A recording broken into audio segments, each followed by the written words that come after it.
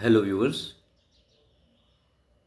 Welcome to S.E. Ahmed's English Literature Series, and I'm here with you with the third episode.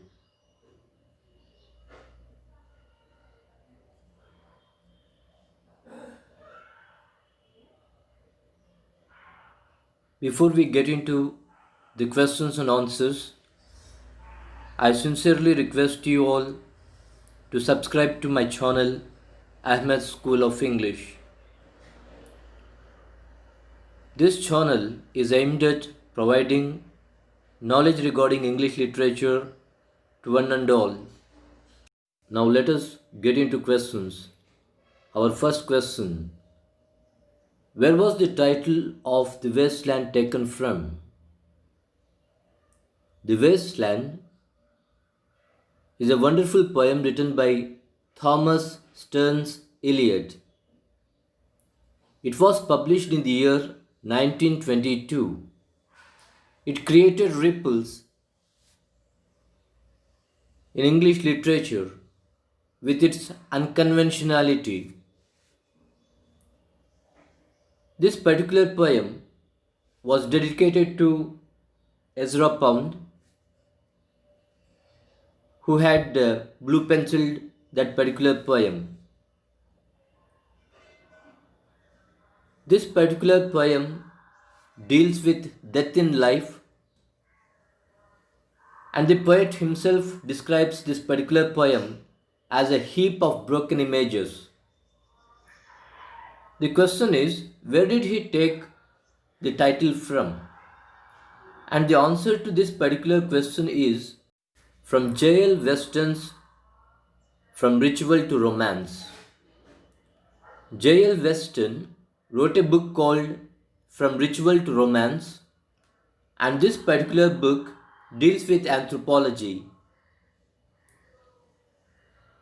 In this particular book, J.L. Weston has described how different rituals have come about through the ages. And T.S. Eliot deals a bit with the Holy Grail and all these things in his poem The Wasteland. So he chose the title The Wasteland from this particular book. Next question. What was the original name of George Eliot? George Eliot was a famous woman novelist. She has written quite a number of novels, among them Middlemarch, Mill on the Floss, Felix Holt, The Radical, Daniel Deronda are popular even to this day. In those days, women were not thought of as being capable of writing anything.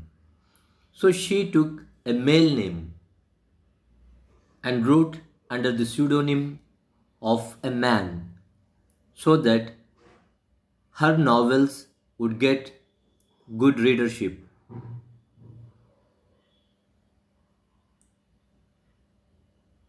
So George Eliot happens to be her pen name or pseudonym, whereas her real name was Marian Evans or Mary Ann Evans. The same name, some people call it Marian Evans and some others call her Mary Ann Evans. This was her original name, whereas her pen name or pseudonym was George Eliot. On quite a number of occasions, even pseudonyms were asked in different competitive exams. So we have to pay attention to pseudonyms as well. Next question. What is the name of the unfinished novel of Charles Dickens? Charles Dickens is one of the best novelists in English literature. He wrote in the 19th century. He had the knowledge of poverty, exploitation. So whenever he wrote, He infused all these things in his writings. He discusses debtors' prisons. He discusses the atrocities committed against the child laborers. All these things are vividly described in his novels. His Hard Times, A Tale of Two Cities are popular even to this day. His David Copperfield is a thinly guised autobiography of the writer. David Copperfield is a wonderful novel, and it is nothing but an autobiography of Charles Dickens himself. Though we can't call it a direct autobiography, the autobiographical element is there in that particular novel. And here we have been asked to name the unfinished novel of Charles Dickens. And the name of the unfinished novel of Charles Dickens is The Mystery of Edwin Drood. Charles Dickens has written a large number of novels. He started his writing career with sketches by Boz. Boz is Moses. He used to pronounce Moses as Boz when he was a child. So he wrote quite a few works under the pseudonym of Boz. At the time of his death in 1870, he was working on the novel The Mystery of Edwin Drood. So it remains unfinished. Next question. Who was the first Asian to be conferred the Nobel Prize for Literature? We know that Nobel Prize for Literature happens to be the highest mark of achievement for any writer. And the question is, who got this particular credit?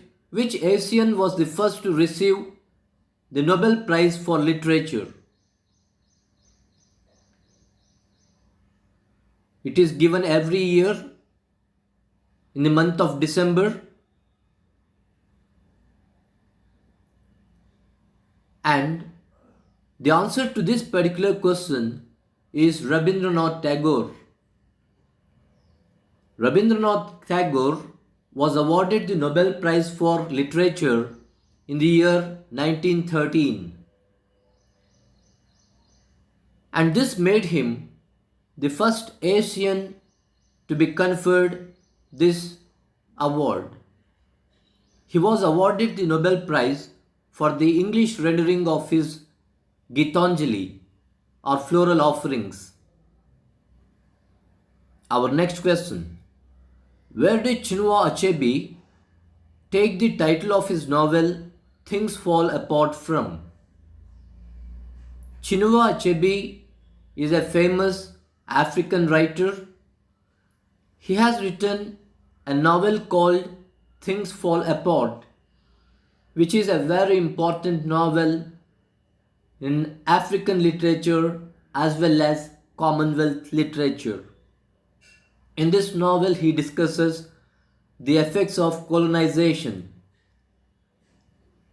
Things Fall Apart is the title, and he took it from W.B. Yeats' poem The Second Coming. W.B. Yeats has written a poem called The Second Coming,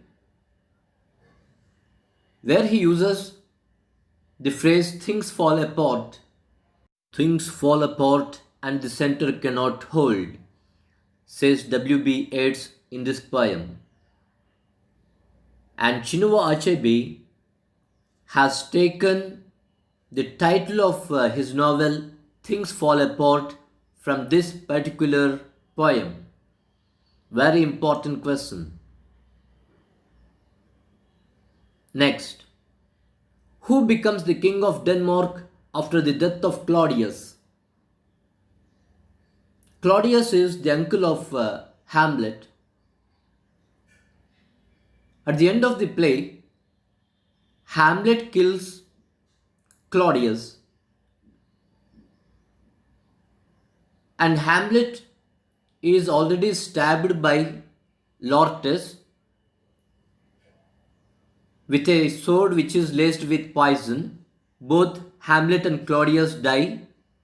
And who becomes the king of Denmark after the death of these two people? The answer is Fortinbras. Fortinbras is the prince of a neighboring kingdom. He is there to avenge the death of his father. And when he comes to this place, the palace, to kill Claudius and avenge his father's death, he sees the dead bodies of all these people: Hamlet, the queen, Hamlet's uncle Claudius, Ophelia's brother Laertes, are all found to be dead. So he assumes the charge of Denmark. So these are some of the very important questions, very important areas from where questions are likely to be asked in exams like UGC NET or SLETs conducted by universities and so many different competitive exams. So not just these questions and answers, pay attention to each and everything that is said by way of commentary and use the different hints that you get as hyperlinks so that you can refer back to these things in whatever books you might be following. Thank you for watching. Please subscribe to my channel Ahmed School of English.